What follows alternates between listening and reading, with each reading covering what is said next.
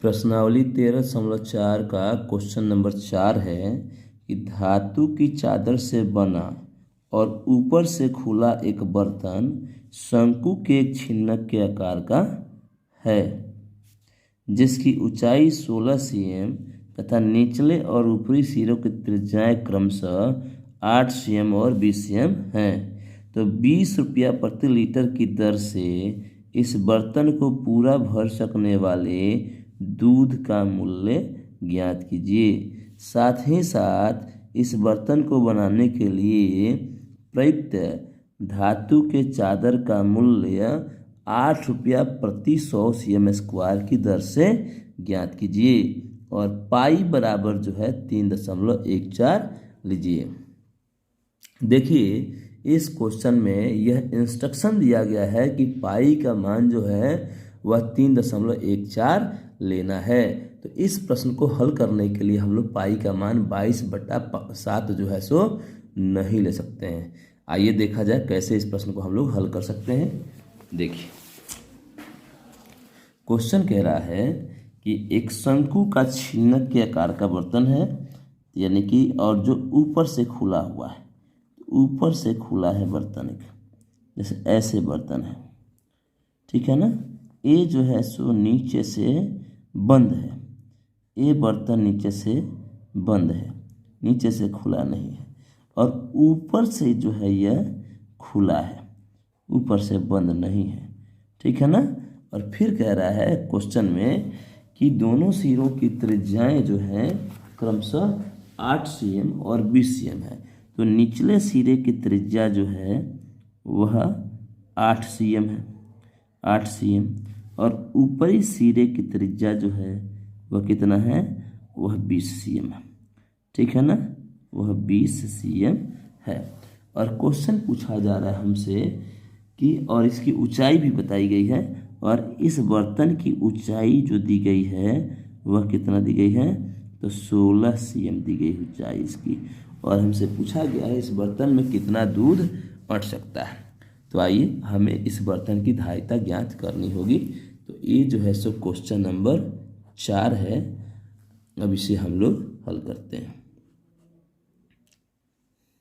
लिखेंगे दिया है कि R1 बराबर 20 cm, R2 बराबर 8 cm तथा H बराबर 16 cm, ठीक है ना। और हमसे पूछा गया है इसमें कितना दूध अट सकता है। तो हमें इस बर्तन की धारिता ज्ञात करनी होगी, इस बर्तन की धारिता कितनी है।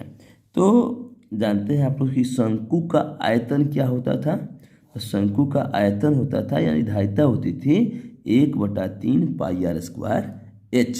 लेकिन यहाँ भी वही होगा, लेकिन थोड़ा सा R जो है सो इसमें 2 ठो है और उसमें R एक ही होता था, और इसमें 2 R है।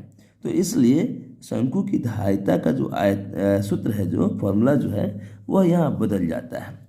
वो हो जाता है 1/3 pi into R1² plus R2² plus R1 into R2 और इंटू H। तो इसलिए हम लोग क्या करेंगे, लिखेंगे यहाँ, इसलिए शंकु के छिन्नक की धारिता बराबर 1/3 pi into R1² plus R2² plus R1 into R2 और इंटू H, ठीक है ना। अब हम क्या करेंगे, यहाँ इनका मान रखेंगे 1/3, पाई का मान जो है वह 3.14 रखना है, और R1 का स्क्वायर, R1 20 है तो 20 का स्क्वायर प्लस R2 का स्क्वायर यानी 8² प्लस R1 इंटू R2 यानी 20 गुने 8 और इंटू H कितना है यहाँ, तो H है 16, ठीक है ना। तो 1/3 गुने 3.14 और गुने यहाँ देखिएगा 20 का स्क्वायर हो गया 400, 8 का स्क्वायर 64, तो 464 हो गया, और 20 अट्ठे 160, ठीक है ना। तो 464 में जब 60 जोड़ेंगे तो 524 हो जाएगा, और 100 624, ये हो गया 624, और गुने कितना हो गया 16। अब इस 3 से इसको अगर हम कटा देते हैं तो कितना हो जाता है, 3 दूनी 6, 0 और 3 बटे 24, 208। अब इसको हम लोग क्या करते हैं, आपस में सबको गुना कर लेते हैं। तो अगर इसे हम लोग गुना करते हैं तो 3.14 में गुना करेंगे हम लोग 208 और गुने 16 से, तो 16 अट्ठे 128, यहाँ पे हम लोग आराम से गुना कर लेते हैं। तो 16 अट्ठे कितना हुआ 128, 128 का 8 हाथ में लगा 12, 16 से जीरो तो 0, और 12 जोड़ेंगे तो 12 होगा, तो 2 फिर एक हाथ में 16 में 32 और 1 33, तो हो गया 3328, और इसमें 3.14 से हम लोग क्या करते हैं, गुना कर लेते हैं, ठीक है ना। आइए देखते हैं। तो इसको गुना करेंगे हम लोग तो आएगा इतना, और दशमलव के बाद 2 अंक है तो इधर से गिन के 2 अंक बैठा देंगे हम लोग, 1 2 यहाँ आ जाएगा। यानी हम लोग लिख सकते हैं इसको 10,449.92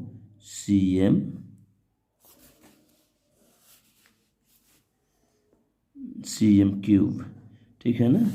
चूँकि अब हमें बर्तन की धारिता बतानी है कि बर्तन में कितना दूध आ सकता है, तो हम सब जानते हैं क्या कि 1000 cm क्यूब बराबर 1 लीटर होता है।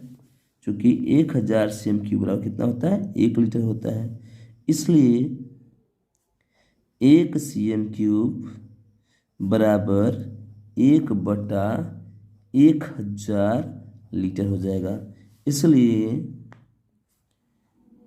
10,449.92 cm क्यूब बराबर 1/1000 और गुने 10,449.92। अगर 1000 से इसको कटाते हैं तो यह आ जाएगा 10.4499 इतना लीटर बनेगा, ठीक है ना। जिसको हम लोग लिख सकते हैं 10.45 लीटर, ठीक है ना। तो ये इतने छोटे छोटे अंक हैं, सबको मिला के आप जानते हैं कि जहाँ तक लिखना होता है उसके बाद अगर बाद वाला अंक जो होता है दशमलव के जिस स्थान तक आप लिखना चाहते हैं उसके बाद वाला अंक अगर 5 या 5 से बड़ा होता है तो उसे 1 बना के उसके पहले वाले में जोड़ दिया जाता है। इसलिए यह मैं 2 अंक तक लिखना चाहता हूँ, इसलिए यह 9 है, तो यानी 5 से बड़ा है तो 1 बना के इसके जोड़ देंगे इसमें, तो कितना हो जाएगा 10.45 लीटर हो जाएगा। तो लिख देंगे अतः उक्त बर्तन में 10.45 लीटर दूध आ सकता है, ठीक है ना। तो इस बर्तन की धारिता तो हम लोग निकाल चुके हैं, लेकिन अभी एक और प्रश्न इसमें हमसे पूछा गया है कि इस बर्तन में जो दूध अटेगा उस दूध का मूल्य ज्ञात कीजिए, जबकि दूध जो है सो 20 रुपया प्रति लीटर के दर से है, ठीक है ना। तो लिखेंगे चूँकि 1 लीटर दूध का मूल्य बराबर 20 रुपया, और हम दूध कितना अटेगा इसमें तो 10.45 लीटर। अभी हम लोग देखे थे कि इस बर्तन में दूध 10.45 लीटर अटेगा, इसलिए 10.45 लीटर दूध का मूल्य बराबर 10.45 और गुने 20। अगर इससे गुना हम लोग करते हैं तो हो जाएगा आपको 5 दूनी 10 का 0 हाथ लगा 1, 4 दूनी 8 1 9, फिर 0 और फिर 2 एकम 2 और 1 0 है तो बैठा देंगे। दशमलव के बाद 2 अंक है, इसलिए इधर से 1 और 2 गिन के दशमलव बैठा देंगे, यानी 209 रुपया। अतः लिख सकते हैं हम लोग, अतः इस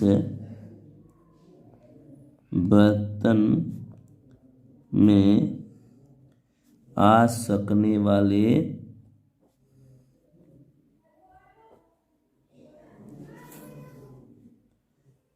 दूध का मूल्य 209 रुपया होगा। तो इस प्रकार से इसका एक क्वेश्चन तो हम लोग कंप्लीट कर लिए हैं। अब इसमें एक और क्वेश्चन हमसे पूछा गया है कि इस बर्तन को बनाने में प्रयुक्त धातु के चादर का हमें क्या बताना है, तो पृष्ठीय क्षेत्रफल बताना है। तो आप जानते हैं कि बर्तन जो है सो ऊपर से खुला हुआ है और नीचे एक पेंदी लगा हुआ है, अर्थात इसके वक्र पृष्ठ के क्षेत्रफल के साथ साथ हमें इस आधार का क्षेत्रफल भी ज्ञात करना पड़ेगा। तो आप जानते हैं कि शंकु के छिन्नक का वक्र पृष्ठ क्षेत्रफल ज्ञात करने के लिए हमें इसकी तिर्यक ऊंचाई जो है सो हमें इसकी तिर्यक ऊंचाई निकालनी पड़ती है। तो हमें इसकी तिर्यक ऊंचाई ज्ञात करनी पड़ेगी। तो आइए सबसे पहले हम लोग इसकी तिर्यक ऊंचाई ज्ञात करते हैं। अब L बराबर, आप लोग तिर्यक ऊंचाई का फॉर्मूला याद कर चुके हैं, तो हम पढ़े हुए थे क्या कि √h² plus R2 minus R1 का होल स्क्वायर, ठीक है ना। तो आप जानते हैं कि h कितना है, तो h इसका है कितना, तो h जो है इसका है वह 16 है, तो 16 का स्क्वायर प्लस R2 8 को माना गया है और R1 20 को माना गया है, तो R2 माइनस R1 का स्क्वायर कर देंगे हम लोग।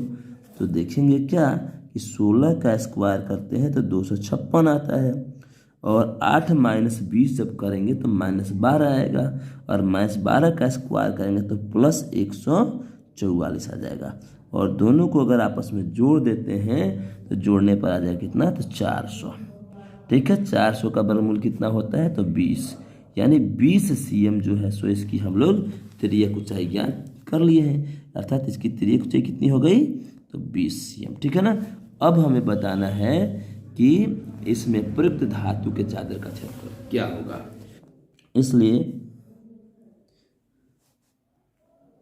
इसलिए बर्तन में प्रयुक्त